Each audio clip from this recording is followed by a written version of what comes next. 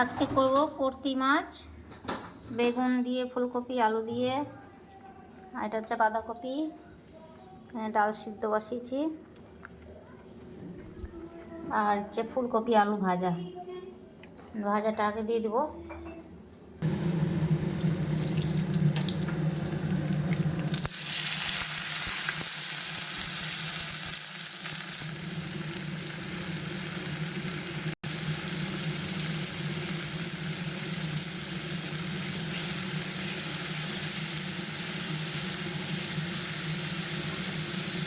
ভাজাটা হয়ে গেছে।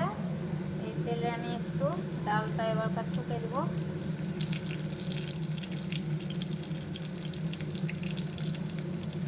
আমি এগুলো সব একটু করে ভেজে নেবো আগে।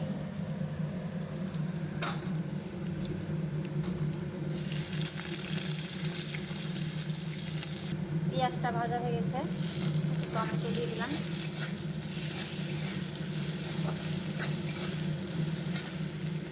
ডালের মধ্যে সব কিছু দিয়ে দিয়েছি। এবার বাঁধাকপিটা বসিয়ে দেবো।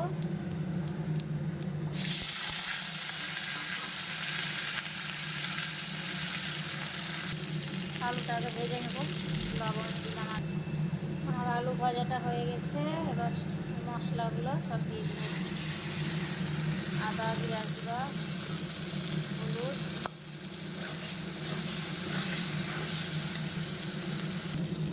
আলুটা কষা হয়ে গেছে। এবার বাঁধাকপিটা দিয়ে দেবো।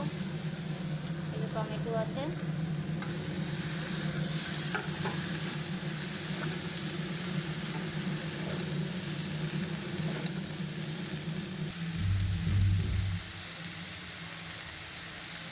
এবার একটু চিনি দিয়ে দেবো।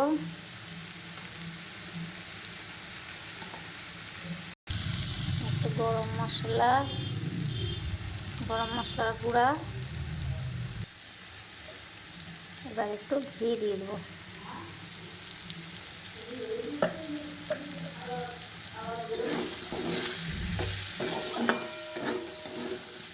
এবার একটু নেড়ে চেড়ে নামিয়ে দেবো।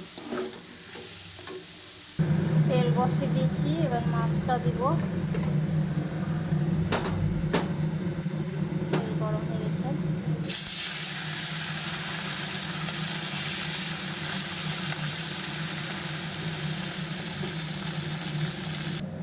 মাছগুলো সব ভাজা হয়ে গেছে। এবার তার সবজিটা ভেজে নেব।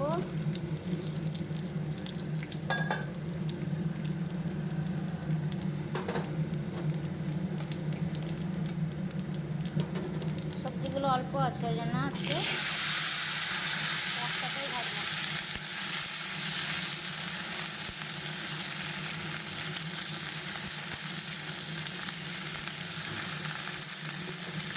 বেশি থাকলে আলাদা আলাদা করে ভাজতে হবে।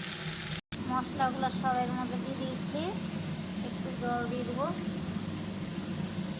একটা তরকারির মধ্যে দিয়ে দেবো। তরকারি কষা হয়ে গেছে। এবার মশলাটা দিয়ে দেবো।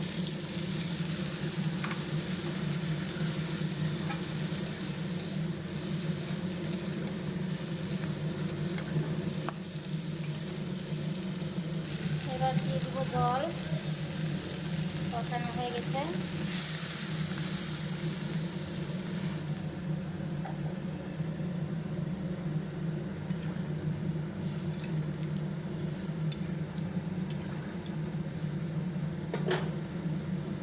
ঝোলটা ফুটে গেছে। এবার মাছটা দিয়ে দেবো। বেগুনটা আমি তুলে রেখেছিলাম ভাজতে ভাজতে। মাছটা দিয়ে দিলাম। আর একটু ধনার পাতা ছিটিয়ে দিলাম।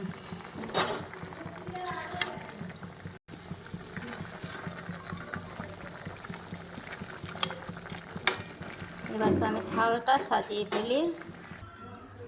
আমার থাল সাজানো কমপ্লিট। আজকে সেটাই হচ্ছে মেনু। আর এই ধনা পাতাটা, ওটা শুধু আমার জন্য। ধনা পাতার চাটনিটা আমার বেশি ভালো লাগে, বাড়িতে কেউ খায় না,